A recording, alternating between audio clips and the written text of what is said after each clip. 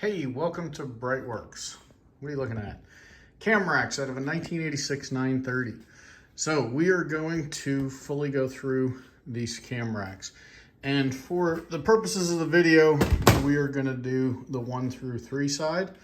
How do we know it's the 1 through 3? Because it doesn't have a cam plug on either end, because you have your scavenge drive. So this guy had a stud that came out, so we'll have to repair that. We have a broken stud, so we'll have to repair that. Plus, we've got to pull the cam spray bar out so that we can clean everything up. And then we'll give it one more shot in the ultrasonic cleaner, and then we'll spend some time in the blast cabinet. So you can see this guy was just grungy. He's gone through a couple of cycles of degreasing, but we've got to get him working and looking as good as new. So stay along with us and we'll show you what we do here. But first order of business is going to be to get these little plugs out so we can get this little spray bar out. So we're going to keep on rocking. So one of the first things we do as we're starting to work on this is, you can see I put a little bit of Gibbs oil in each of the areas that I can get to where the cam spray bar kind of attaches itself to the aluminum. Because ultimately we're sliding this guy out, right? We need him to slide out easily. Spray bars still available, not super expensive, but if we can reuse them, we can reuse them. The other point is, this is our intake side. How do we know that? Well, because the exhaust side has fins. And just as a really quick reference, you have a single hole. So when you go back to orient these things, there's a hole through the middle, and we'll see it better once we get it out. But there is a single hole that is kind of pointing at the intake rocker area. And if you look in real close, you can see the other two holes. It's not going to let you really see that. You can see the other two holes pointing towards the cam and towards the exhaust rocker. So what we've done here is we've center punched. We've center punched, and we're just going to hand drill this. If these had been out before, if they were a little cockeyed or something like that, put them in a drill press so that it runs true. But all we're trying to do is ultimately thread in an M6 by 1.0 bolt so that we can pull them out. So not a huge operation that requires a ton of perfection. So we're going to do that by hand. We're going to get that hole drilled. All right, so we've gotten the hole drilled. And now what we're going to do is we're going to feed this M6 by 1.0 tap into it, and then we'll pull it out. So we're going to get that tapped up right now. So I've had a couple of these in the past where I've gotten a little cavalier and said, oh yeah, you know, I don't need to thread a stud all the way down in there. And then you know what happens inevitably? You're trying to save 2 seconds. The last couple threads or whatever, this is a very soft aluminum plug, will pull out. So now I just suck it up, princess, you know, get a whole stud, or get a stud and thread it all the way down in there. That way I know I've got plenty of bite. And then this is a M10 nut. We know the outside diameter of the plug is 8 millimeters, so it'll slide through the M10. And then we can just put a couple of washers on there, mainly because we don't want our nut to be bottoming out. Oops. Boy, it really does not want you guys to see. So that's the setup, just like that. And then we'll put a 10 millimeter wrench on there. I'm gonna use 2 hands. Put a 10 millimeter wrench on there, get it started, pulling that plug out. All right, now if we've done this correctly, pull up, and there is the little plug. And you can see the most important thing is that you don't nick the sides, right? Because you don't wanna nick the sides of the hole. So as long as you go down straight-ish, all right, you can see it wasn't perfectly straight, but we didn't nick anything in that in the parent metal there. So we're gonna flip this over, do it all over again. I will say this is so much easier when you use the right size drill bit. 5.25 millimeters is technically, when you look at the drill chart, 5.25 millimeters is the hole size for an M6 by 1.0. And I know all of us have been there. We didn't have a 5.25 drill bit, so we used what we had. And then you really fighting the tap on the way in. So, you know, I now buy 5.25 millimeter drill bits by the dozen. So 5.25 hole, 6.1, and then you can use any stud, pretty much any M6 stud or long bolt that you pulled out of the engine as you were pulling it apart. So there's our new threaded hole. You can see that it goes all the way through. So again, all we're gonna do, take our stud, hand thread it in there until it bottoms out. Make sure you're picking the right one to put your stud into. And then we're gonna put our 10 millimeter over the top, basically so that the plug has some place to slide into. And then one of the random nuts that we pulled out of the engine, instead of throwing it away, we're recycling it. And I don't believe I'm gonna be able to do this one-handed. But as you tighten that guy down, he is simply going to pull up on that stud. Oh, I felt it break loose, so maybe. And you can kind of feel it pop too as you're going. When we reinstall them, I use Loctite 574 and a hammer. That's exactly what the workshop manual says to do. So nothing super fancy. I don't know why these aren't just simply threaded, but hey, wish I had to save money somewhere, I guess. And way back when, there were no forklift bearings that could save them bucks as an IMS bearing. Yeah, never gonna live that one down.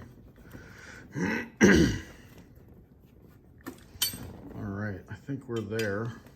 It's just playing a couple little games with us. Yeah, there we go.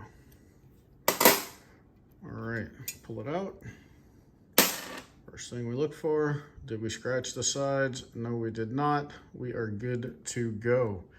So now we've got to get the spray bar out. Sometimes it'll actually just push out with your fingers. Sometimes you got to get in there and actually maneuver it a little bit. We're going to figure out which one of those it is, and then I'll show you how we pull it out. Okay, important to note, I have this guy hanging off of the end of the table because when this spray bar comes out, it needs some place to go. Otherwise, you're just going to be jamming it into the bottom of your work table. So we're just going to kind of give it a couple of little hand pops here. And now we can flip it over. And there is our cam spray bar. So I'm going to actually work that with a little bit more Gibbs oil probably. Let's see. See, drill bits do double duty. Oh, she was nice and loose there for a second, then she tightened up. This is not how I recommend you do this at home. You really want to have two hands, but makes it more fun. All right, well, because this is getting pretty tall and precarious, and I've already got enough of a mess that I need to clean up. Let me go with two hands, we'll get this out. All right, so here's our cam spray bar, and I don't know what that is. Looks like somebody might have leaked some 574 around something. But anyway, you've got your 4 main holes because these are 4 journal cams. But before we get into reassembly, we will, I think I use a 38, I think a 22 is a little bit too small, but basically use a gun brush to clean out the inside of this thing and then set it in the ultrasonic cleaner, because you've got 3 holes here. These are very, very small holes. Here you go. Very, very small holes. And those are the things that lubricate your camshaft. So you got the one for the intake side and then the two for the exhaust side. And those three holes, if they get clogged up, you will wipe a cam lobe and cause a rocker to break or do something worse. So we're gonna go put this in the ultrasonic cleaner to get it degreased. And while we do that, I think the next thing we'll do is that'll be a pretty easy repair. And then we gotta get that stud out of that hole before we do anything further with the cam rack. All right, we're not gonna make a mountain out of a molehill here, but basically that stud came out when I pulled the exhaust valve cover. So what I've done is I've actually put a stud extractor on the side that goes into the cam rack so that I can hold it tight and get the nut off. I don't want to grab this with a pair of pliers or something and risk mucking up the threads. So stud extractor, and then we're just gonna spin this off while we hold this. Sometimes it has to go in a vise, sometimes you can just do it right in your hands, but we're gonna get that nut off. Okay, we filled the hole up with brake clean, and now what we're gonna do is just run this thread cleaner through there. It's not really a tap, it's just a thread cleaner. Get everything out that may or may not have built up underneath there over the years. Oops. So, not too dirty. And then the other thing we did was we ran a thread cleaner chase down the stud. So now we're gonna blow it out one more time and then grab a Q-tip. And then all we're gonna do is thread that stud back in until it bottoms out, and that'll be done. So after cleaning the threads, I did put just a touch of Loctite glue on the threads. Basically because when I go to change the valve covers in the car, or take off the valve covers in the car, I would really rather not have to have a stud pull. Although, let's see, this one would be near the wastegate. So it actually might not be the worst thing in the world if that stud came out. Okay, so we've got this guy nice and snug. You know, we're not ranking down on the thing to try to set it for life. But usually you can tell it's snug enough if when you back off your tool, the stud doesn't come with it. So the blue Loctite will set up anaerobic, and then we're gonna bead blast everything anyway. But okay, so we've got our cam spray bar out. We've got our one exhaust stud repair there. Now we got to get into the tough part. So I'm gonna see how we wanna do this. I may take this over to the drill press. I may just go get a Dremel and start digging at that. But I kept saying it's a stud. It's not a stud, it's a M6 bolt. And looks something like this. So at least we know how far deep we have to go, because the trepidation with these is if you look at the casting, right? If you go too far, you will punch through into an area where there is oil flapping around. So you really, really, really don't want to go too far. Now, worst case scenario, we drill it out and we put a time cert in there. That's the worst case scenario. Best case scenario, we can pick at it and get the broken bolt out and just clean up the threads. So that is what what's going to be our objective for now. So I'm going to give that a shot with a very small drill bit and see what happens.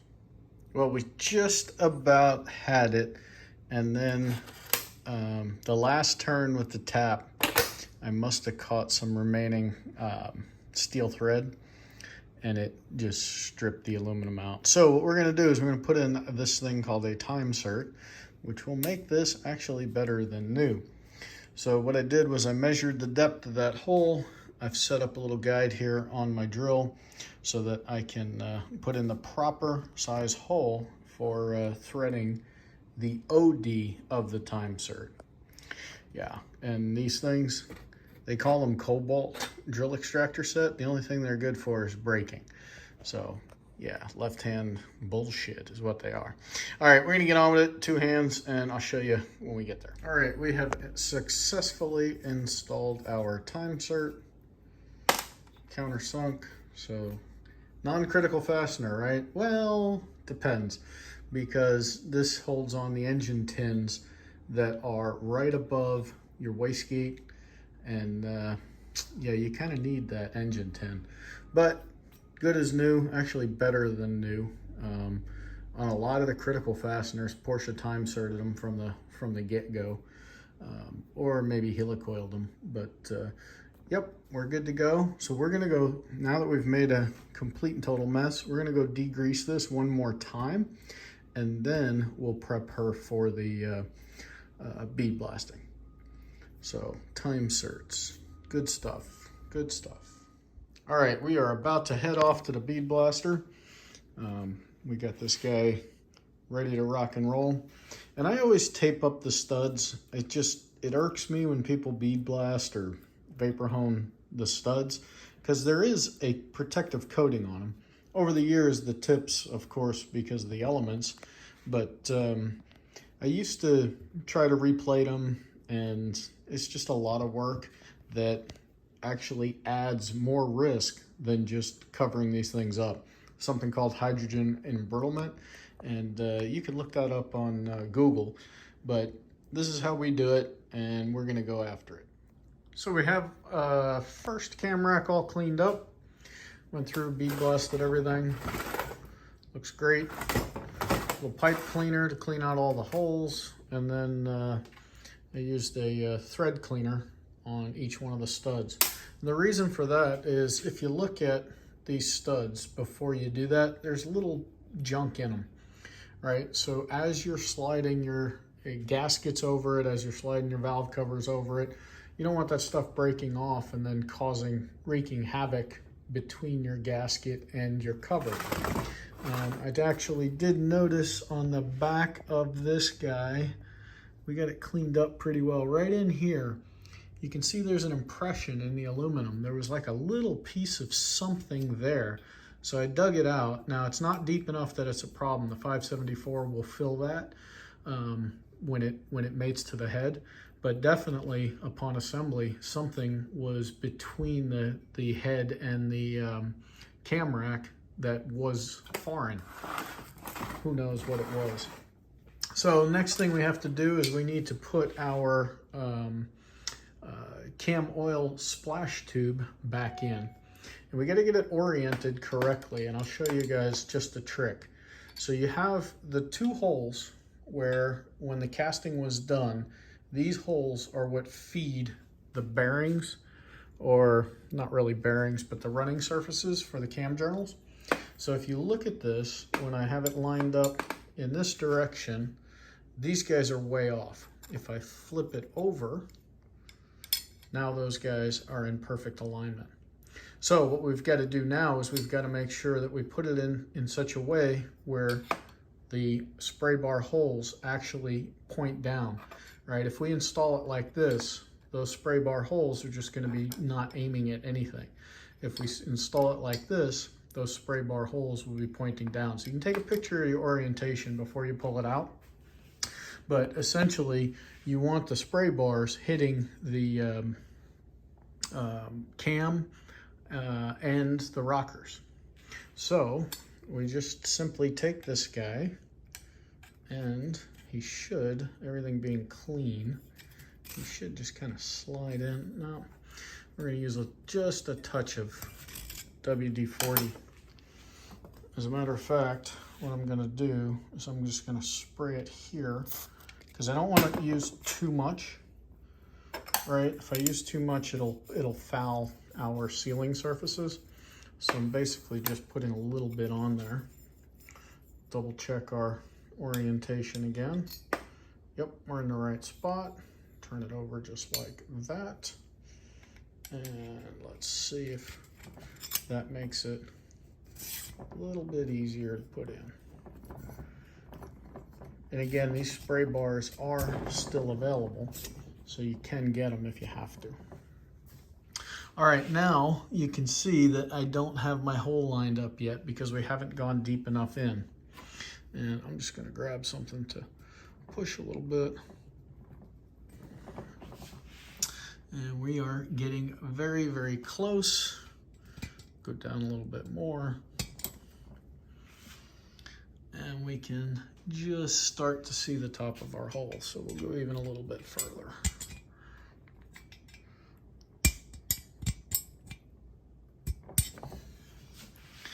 All right, now there's our hole, right? That hole actually needs to come down just a little bit more because we're gonna put this plug in. Normally, this goes on the back side of your cam rack. It's just a plug. But what it does is it actually fits in that hole that's in the spray bar. So that's how we know that we'll have it oriented correctly. So right about there. And then as we gently tighten this guy down, sometimes you can do him just by hand, but we should see that spray bar slightly move. Yep, see how it turned right? And now we know that our cam spray bar is lined up. And just like in the beginning of the video, there's your single hole. And if we come around and look at it from through here, you can see your other two holes are pointing right there at the lobes. So last thing to do is just to put in the new plugs. And when I do that, one of the things I like to do is I like to steel the other side, right? You have two of these, one on each cam rack. So normally it would have lived on that one, but I like to steel it and use it down here so that I'm supporting that spray bar from both ends, just in case anything kind of weird happens as I'm putting the plugs in. So that guy, see if the spray bar moves anymore. It does not, because we were in a good orientation. So now we've got that guy in. And the next step is to put in the plugs. There is no fancy way to do that. I'm actually not going to do that back here. I'm going to use a workbench that's a little bit more solid, because what I'll do is I will coat the plug with a little bit of 574 per the factory workshop manual. And then we'll put the plugs in and we will get them to where they are flush or maybe a micron below. So we're gonna go do that. I'll show you what that looks like when we're done. And there you have it.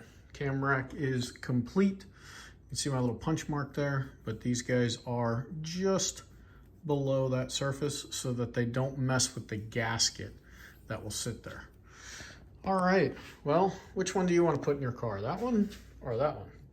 Well, we're gonna go turn that one into this one. And with that, thank you very much for following along. If you're reassembling your cam rack or you're building your motor and you need any help, give us a holler. We do these. So check us out at BreitWerks.com and have a fantastic day. This one is from a 1986 930 Turbo.